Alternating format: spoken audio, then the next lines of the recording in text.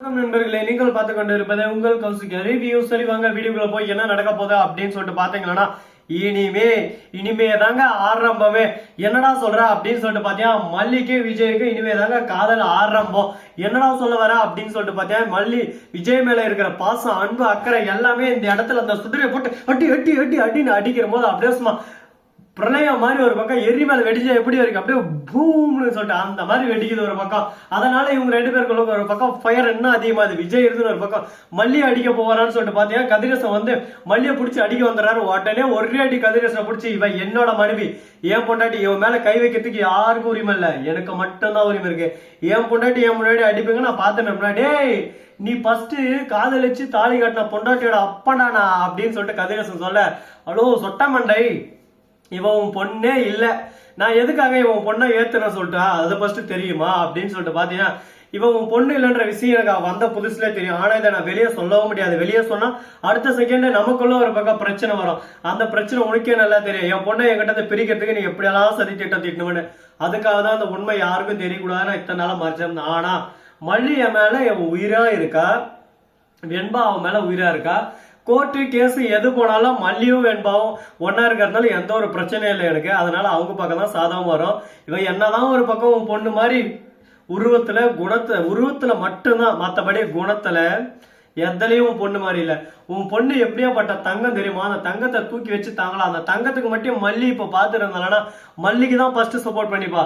இல்ல விஜய், நீங்க மல்லி கூட சந்தோஷமா வாழுங்க அப்படின்னு சொல்லிட்டு மல்லியை என் கூட சேர்த்து வைக்கிறதுக்கு தான் முயற்சி பண்ணிப்பா. அவன் இந்த மாதிரி ஒரேடியா என்ன சுட்டிக்கின்னு மறுபக்கம் இந்த சொத்தை எல்லாம் அனுபவிச்சுக்கின்னு அப்படியே சும்மா ராணி மாதிரி வாழணும்னு சொல்லிட்டு அவ என்னைக்கும் நினைச்சதில்ல. அது ஃபர்ஸ்ட் உங்களுக்கு தெரியாது அப்படின்னு சொல்லிட்டு சொல்ல, உடனே நம்ம மல்லின்னு ஒரு பக்கம் வாத்தலைவா நீ என்னை பத்தி புகழ வரியா இல்ல அவளை பத்தி ஒரு பக்கம் பேச வரியா அப்படின்னு சொல்லிட்டு பேசின்னு இருக்க. எதுவுமே தெரியாம ஒரு பக்கம் நான் எங்க இருந்து வந்தேன், நான் எதுக்காக வந்தேன் அப்படின்னு சொல்லிட்டு தெரியாம திருவிழால காணாம போன மாதிரி முழிச்சுன்னு இருக்காங்க நம்ம தலைவி சுடரி.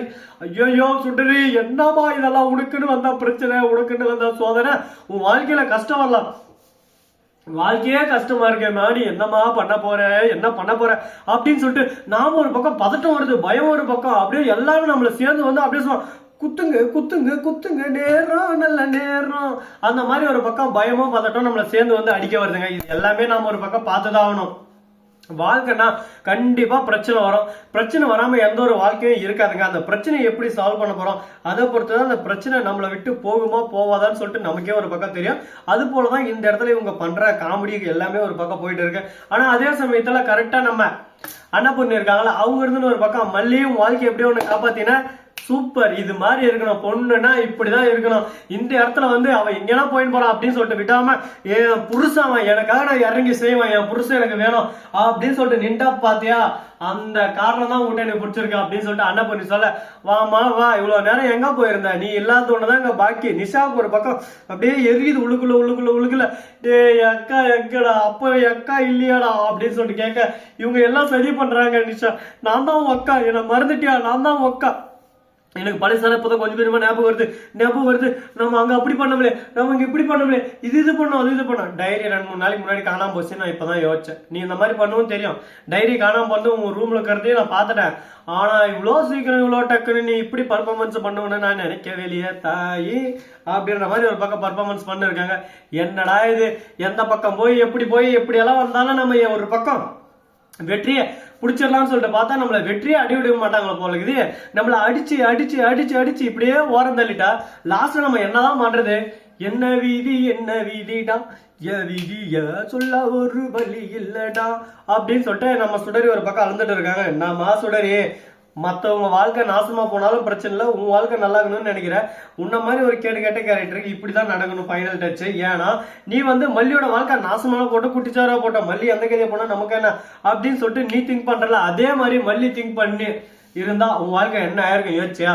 உன்னை பார்த்தா புதுசுல அப்படியே சும்மா தங்கத்தை தூக்குற மாதிரி உனக்காக ரிஸ்க் எடுத்து அந்த ரவுடிங் கிட்ட இருந்து காப்பாத்தி உன்னை கூட்டினு வந்தா. ஆனா நீ அந்த ரவு கூட கை கோத்துன்னு அவங்க கிட்ட ஜாதரா தட்டுன்னு அவங்க கூட கும்மி ஏடி தம்பி கும்மி ஏடி குனிஞ்சு கும்மி ஏடி அப்படின்னு சொல்லிட்டு கும்மி அடிச்சுட்டு இந்த வீட்டுக்கு வந்து உக்காந்து இருக்க.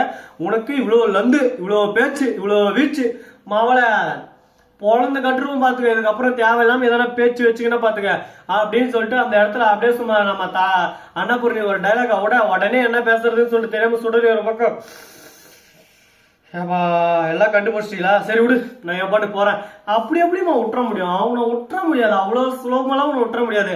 என் கம்பெனி சீக்ரெட்டு, எனக்கான அமௌண்ட்டு மொத்தம் எனக்கு நீ வந்த பின்னாடி அவர் 60 லட்சம் நஷ்டம் ஆயிருக்கு. 60 லட்சத்தை எடுத்து வச்சுட்டு கிளம்பிட்டு அதை பத்தி எனக்கு கவலையே இல்லை. நீ என் பொண்ணு இல்லாம இருக்கலாம், ஆனா நீ என் பொண்ணு உருவத்துல இருக்க, அதனாலேயே உன்னை எனக்கு ரொம்ப பிடிக்கும். என் பொண்ணு தான் நீ, யாருக்காக எதுக்காக நான் உன்னை விட்டு தர மாட்டேன் அப்படின்னு சொல்லிட்டு டைலாக் விடுறாங்க. இதை கேட்ட அந்த டைலாக்காகவே உன்னை எனக்கு ரொம்ப பிடிக்கும், அதனால நீ தான் என் பொண்ணா இருந்தாலும் ஜென்மத்துக்கு நீ தான் என் பொண்ணு. இந்த விஜய் என்ன பண்ணுவான் ஏது பண்ணுவான்னு எனக்கு தெரியாது, ஏன் பேத்தி என்கிட்ட வரணும், அதுக்காக உன்னை வச்சு கேஸை போட்டு நீ தான் என் பொண்ணுன்னு நிரூபிச்சு இந்த வெண்பாவை என் பக்கம் இழுத்து விஜய் நடு ரோட்ல தள்ளி அவனை ஒவ்வொரு நாளும் ஒவ்வொரு நொடியும் எதிராக கதிரேசனா பகச்சுக்கிட்டோன்னு சொல்லிட்டு கத்தர ஆள வைக்கும். இதுதான் என்னோட டார்கெட், இதுதான் என்னோட நோக்கம், இதுதான் என்னோட பழிவாங்கும் குணம் அப்படின்னு சொல்லிட்டு அப்படியே மாசா கிளாஸ் ஒரு பக்கம் சொல்லிருக்காங்க. இதை கேட்டது என்ன பண்ண போறாங்க எது பண்ண போறான்னு சொல்றது இல்ல. சோ நண்பர்களே, இந்த வீடியோ பிடிச்சிருந்தா லைக் பண்ணுங்க, கமெண்ட் பண்ணுங்க, ஷேர் பண்ணுங்க, டிண்டே தட்டி விட்டு போங்க. அப்பதான் நான் போற அடுத்த வீடியோ உங்களுக்கு உடனே நோட்டிபிகேஷன் வந்து கொண்டே இருக்கும். மிக்க நன்றி, தேங்க்ஸ் ஃபார் வாட்சிங், டாடா, சேவ், நன்றி, வணக்கம், முதலம் பாருங்க தருங்க.